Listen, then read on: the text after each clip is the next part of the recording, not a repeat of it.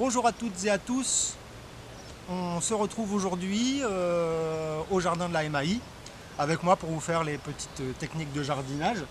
Et aujourd'hui on va voir le semis d'une graine pour obtenir une plante de la famille des courges, de la famille des cucurbitacées. La graine, la voici. Pour le semis d'une graine, plus elle est grosse, plus on la met profondément dans le sol. Ça paraît logique. Elle a besoin de plus de place pour éclore. Donc c'est une plante qui a besoin de soleil et de chaleur. La courge est une plante qui boit beaucoup. Notre objectif, après avoir semé cette graine, ça va être de garder une humidité constante dans la terre. Si on a une terre qui retient l'eau, c'est parfait. Si on a une terre qui ne retient pas très l'eau, il va falloir l'aider un petit peu ou alors rajouter plus régulièrement de l'eau. Nous avons ici du paillage qui est parfait pour couvrir le sol, éviter que le soleil tape sur la terre, pour éviter que la terre se dessèche. Dans ce paillage, on a de l'herbe séchée, de la tonte, quelques débris de végétaux, quelques morceaux de branches coupées. On peut tout utiliser, le principe est de couvrir le sol.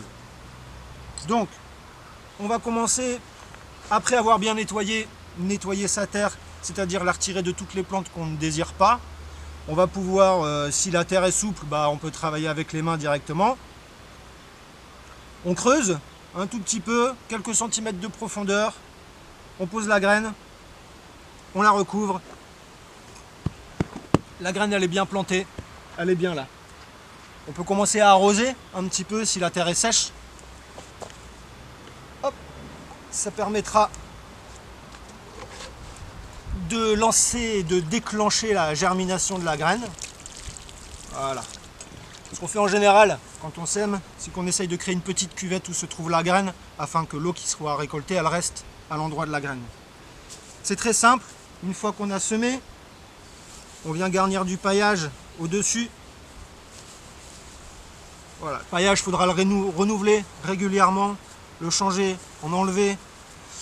Tout est en fonction de ce que vous avez. Il ne faut pas qu'il soit trop serré, il faut que l'air puisse passer pour éviter que ça pourrisse.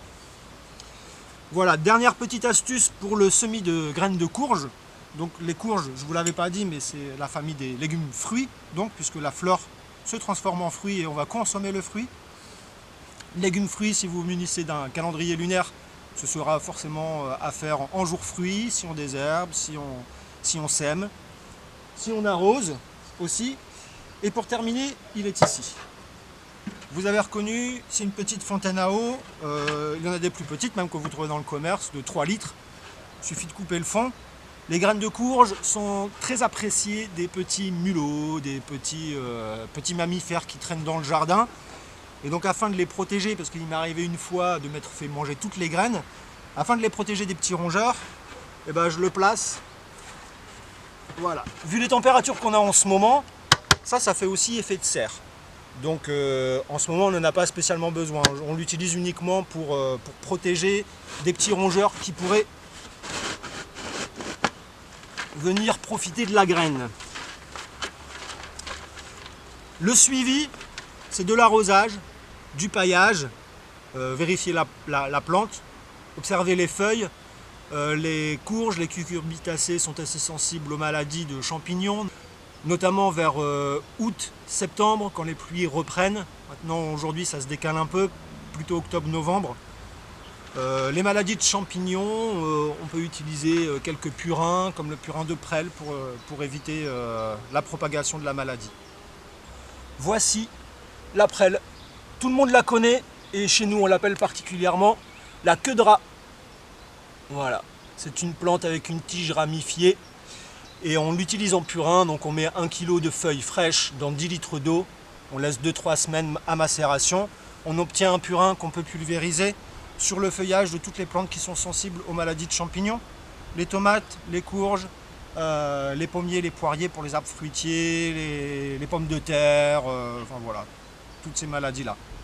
Dans la famille des courges, les cucurbitacées, on va retrouver les potirons, les potimarrons, on va avoir également les courgettes, les concombres, les cornichons. Toutes ces plantes sont de la même famille et donc ont les mêmes besoins.